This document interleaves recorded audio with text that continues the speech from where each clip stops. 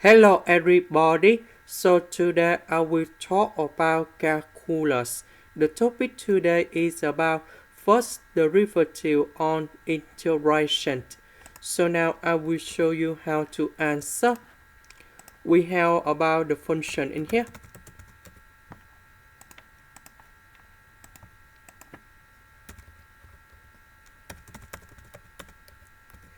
If we do first derivative of this one,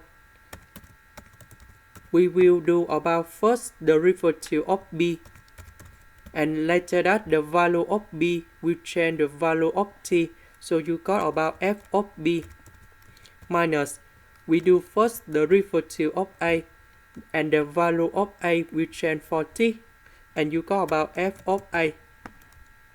Now we can apply the formula in here, and then we got about,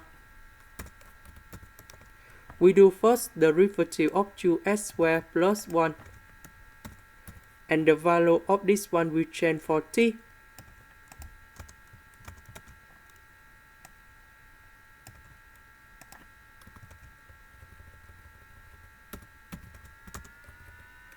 minus, we do first derivative of number 5, and the value of number 5 will change for t,